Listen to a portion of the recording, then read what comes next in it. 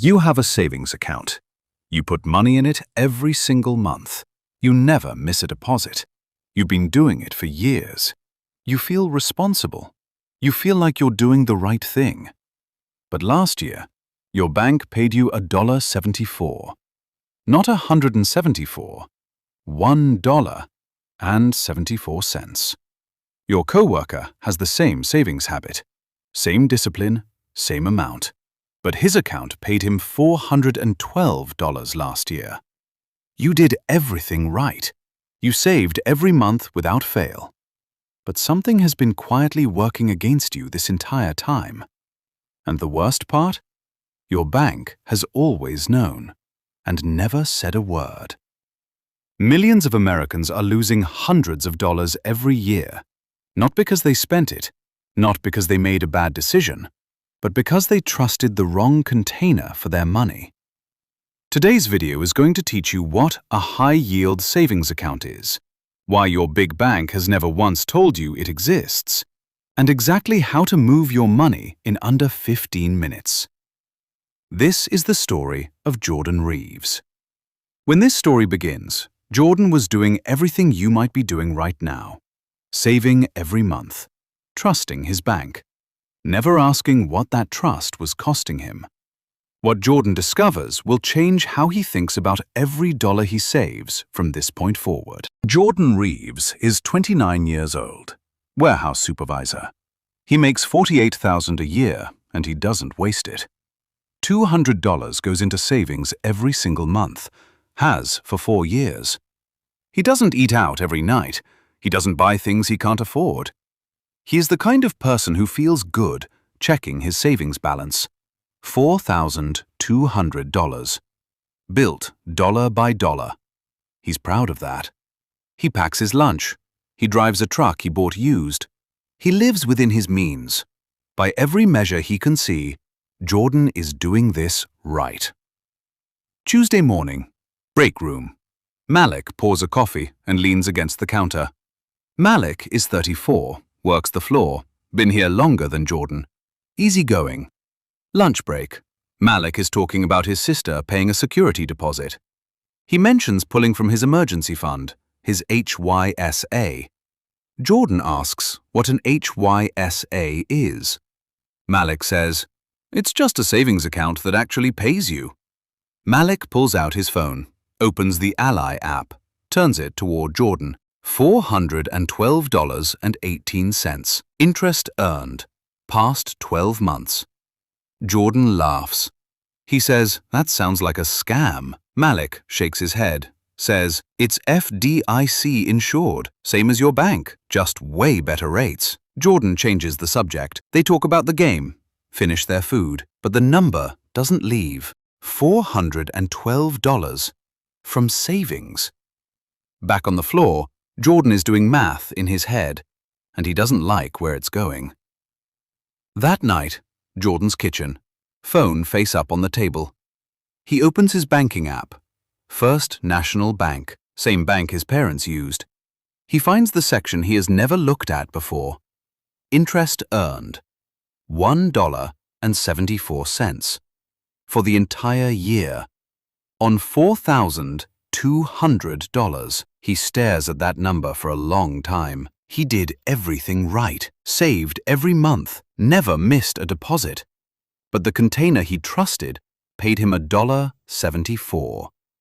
He types 4 words into Google for the first time. High yield savings account. The rates load 4.5%, 4.8, 5.0. The more he reads, the louder one question gets. If this exists, why has nobody ever told him? Here is what your big bank does with your money the moment you deposit it. They lend it out to other customers at 4, 5, 6, 7% interest. Then they pay you 0.01% on the same balance.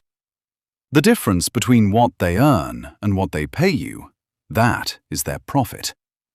They are not doing anything illegal. They are doing exactly what they are designed to do. The business model requires your inaction. It depends on you never asking this question. And for most Americans, it works. because nobody ever tells them to ask. Jordan calls his mother the next morning. Parked outside the warehouse before his shift, Diane Reeves is 58 years old. She has banked at the same place for 30 years. She has never had a reason to question it. It has never hurt her in a way she could see.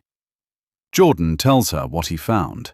The rates, the gap, the $1.74. Diane listens. Then she says, "It's probably not real. If it were that good, our bank would offer it." She is not wrong to feel safe. She is wrong about what safe is costing her. Jordan hangs up and sits in the car. Her answer makes sense. It just isn't true. He goes back to his research. He finds the FDIC information on the government's own website. High-yield savings accounts are insured by the federal government, up to $250,000, the exact same protection he has at First National Bank. The rates are just different. His bank is not safer. It is just paying him less. Jordan writes that sentence down on a notepad. His bank is not safer, just paying him less. $4,200 at 0.01%. That is 42 cents per $1,000 per year. $4,200 at 4.5%. That is $189 per year. The gap is not small. The gap is the difference between $1.74 and $1.89. Jordan runs the math on his phone calculator, confirms every number.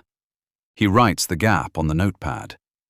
$412 over 4 years of saving. He knows the problem now. Knowing and fixing it are two different things. He has never opened a financial account in his life that wasn't through his parents' bank. He doesn't know where to start. But he knows he is about to find out. Jordan does the retrospective math. Not just this year, all 4 years. 4 years of $200 a month sitting in the wrong container. 4 years of the HYSA option existing, available to any American on any smartphone. 4 years he never knew, because nobody told him, because there was no reason to tell him. The number he arrives at, over $400 in interest, never generated, gone, not stolen, not lost, just never created, because the container was wrong. Jordan is not angry, he is still. The way you get still when something finally clicks. Nobody cheated him. The system just never told him there was a better option. And he never thought to ask, because the account was labeled savings, and that felt like enough. But the label was never the point. The rate was the point, and the rate was almost nothing. Next day, afternoon shift. Jordan finds Malik on the floor. He asks one question. "How long did it take you to open the account?" Malik thinks for a second, says 11 minutes, maybe 12. Jordan asks, "Was it complicated?" Malik says, "I did it on my lunch break." Jordan asks, "Did you have to go anywhere?" Malik says, "Just my phone." That is the entire conversation. Jordan nods, goes back to his section of the floor, but the decision has already been made. The math did it, not the conversation. Some decisions are dramatic. This one was quiet. The numbers were clear. The action was simple. The only thing left was to do it. Jordan decides, not out of excitement, out of the cold, clear logic of the math. Next day, lunch break. Jordan is in his car, phone in hand.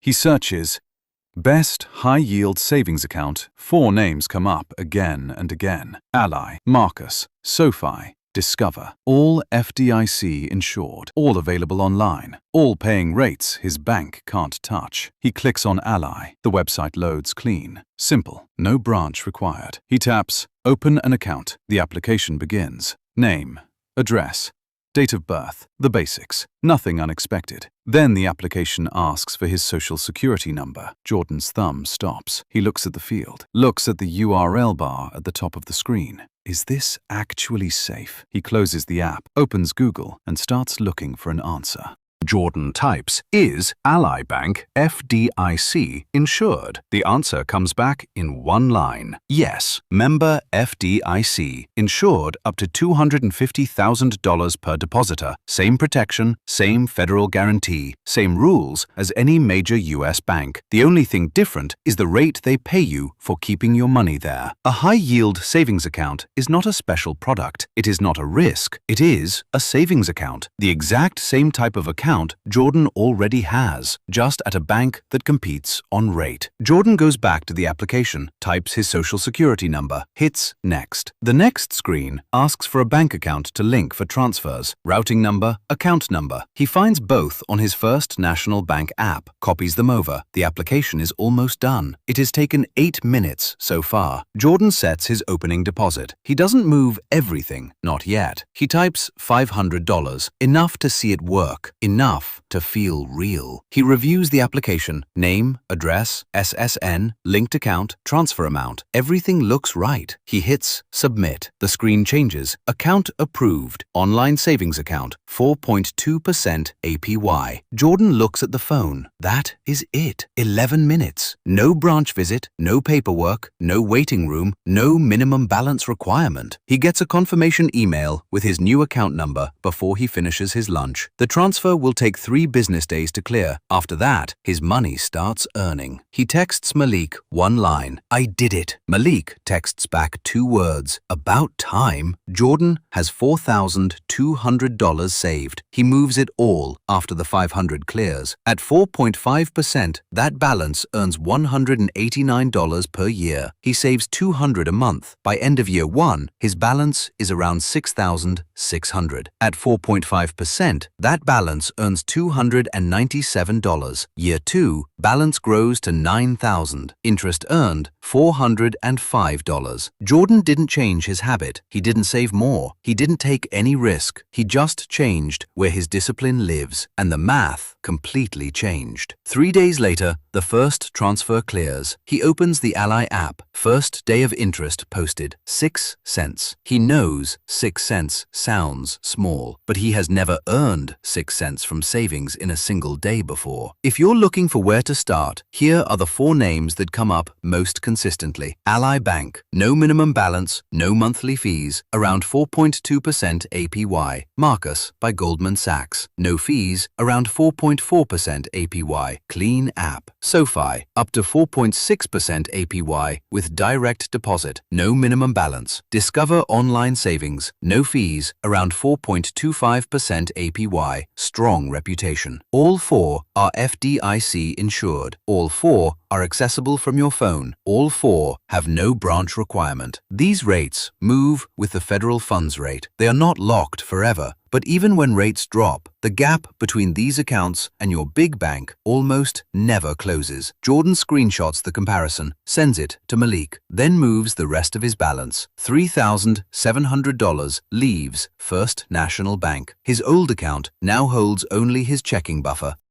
3 months pass. Jordan checks the Ally app every few days, not out of anxiety, out of the quiet pleasure of watching something work. The interest compounds daily. His balance grows from his contributions and from the account itself. 2 things are making his money grow now instead of 1. That is new. He mentions it to his mother during their Sunday call. She asks how much. He tells her. She is quiet for a moment. Then she asks him to send her the link. Diane Reeves, who has banked at the same place for 30 years, looks it up. She reads about the FDIC insurance. She checks the rates. She sits with it. This is how financial habits change across generations. Not through arguments, through visible results that someone you trust shows you. 6 months in, the Federal Reserve adjusts rates. Jordan's HYSA drops. 4.5% becomes 4.1%. He notices. He calls Malik. Malik asks one question. What is First National Bank paying you right now? Jordan checks. 0.01%. Same as always. Malik says, you're still earning 400 times more than you were. It's not a setback. The HYSA rate moves with the federal funds rate. That is how it works. When the Fed raises rates, HYSAs go up. When the Fed cuts, HYSAs come down. But your big bank's savings rate, it barely moves in either direction. The gap between what HYSAs pay and what big banks pay almost never closes. Jordan understands. A lower rate is not a reason to move back. It is just the system behaving normally. 1 year after the lunch break conversation, Jordan opens the Ally app. Balance, $6,611. Interest earned this year, $203.47. He stares at that number for a long time. Not because it changed his life, because he knows exactly where it came from. It came from doing nothing different, except choosing the right container. He calls Diane. She tells him she opened her own HYSA 2 months ago. She has already earned more in 2 months than she earned in the last 2 years at her old bank. Jordan does not say, "I told you so." He just says, "Good." And for a moment, neither of them speaks, because the number does all the talking.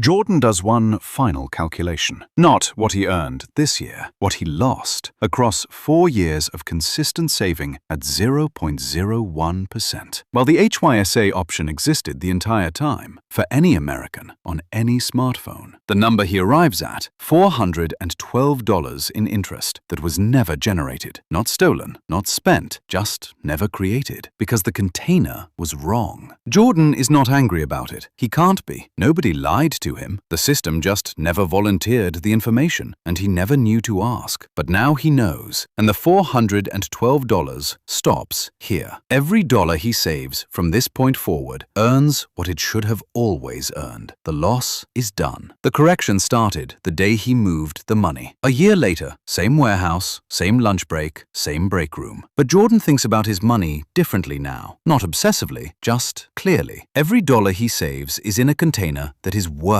Not sitting, working. That is not a small shift. That is the difference between saving and saving smartly. He is not tracking every cent. He is not checking his app every hour. He set it up once, it runs. The money compounds. He doesn't have to do anything. Jordan and Malik are back at the same table. Same coffee, same break room. Malik starts talking about something called a Roth IRA. Jordan laughs. "Here we go again," he says, but he is already reaching for his phone. Jordan makes one final transfer. His emergency fund has grown to $8,200. All of it lives in Ally now. Every dollar earning 4.1%. His savings habit didn't change. His discipline didn't change. The container changed, and the container changed everything. That night, Jordan's kitchen, same table, same phone. He opens the app. The balance and the interest sit on the screen. He thinks about $1.74, about 4 years, about the question nobody ever asked him. He thinks about his mother opening her own account 2 months ago. He thinks about Malik pouring coffee, showing him a number on a phone screen, and he thinks it was never about the money. It was about knowing the right question to ask.